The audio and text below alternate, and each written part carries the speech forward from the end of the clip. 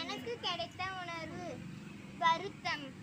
ஏன்னா நான் எக்ஸாமில் ஃபெயில் ஆயிட்டேன், அதனால எங்கள் அப்பா திட்டாரு. எனக்கு கிடைத்த உணர்வு கோபம். அதாவது ஒரு அங்கிள் என்ன பேட் டச் பண்ணிட்டாரு, அதனால கோபமாக எங்கள் அப்பா அம்மா கிட்ட சொல்லிட்டேன்.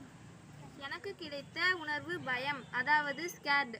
எங்கள் வீட்டு பக்கத்தில் ஒரு அங்கிள் வாடகைக்கு இருப்பார். அவர் ஒரு மாதிரி குறுகுறுன்னு பார்ப்பாரு. அதனால எனக்கு ரொம்ப பயமாக இருக்கும். அதனால நான் உங்கள் வீட்டு சைடே போக மாட்டேன். எனக்கு கிடைத்த உணர்வு அதாவது இங்கிலீஷ், அதாவது என்னோட பென்னும் என் பென்சிலும், அதாவது க்ரையிங். என்னோட பென்னு பென்சிலை காணுங்க, அதனால வீட்டுக்கு போனேன், எங்கள் அம்மா அடிப்பாங்க, அதனால நான் அழுவேன்.